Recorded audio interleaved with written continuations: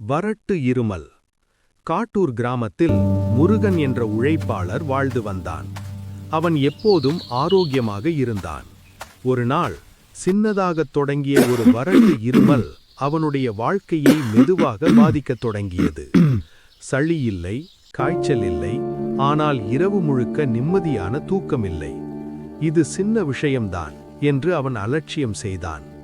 1 வாரம், 2 வாரம், 3 வாரம் இருமல் மட்டும் நிற்கவில்லை. அப்போது சுகாதார பணியாளர் சொன்னார், 3 வாரத்துக்கும் மேலாக நீடிக்கும் வறட்டு இருமல் சாதாரணமல்ல.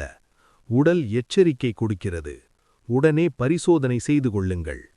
முருகன் மருத்துவமனைக்குச் சென்று பரிசோதனை செய்தான். அதிர்ஷ்டவசமாக பெரிய பிரச்சனை இல்லை. சில நாட்களில் அவன் நலமாகிவிட்டான். இன்று அவன் சொல்லும் ஒரு செய்தி: வறட்டு இருமலை அலட்சியம் செய்யாதீர்கள்.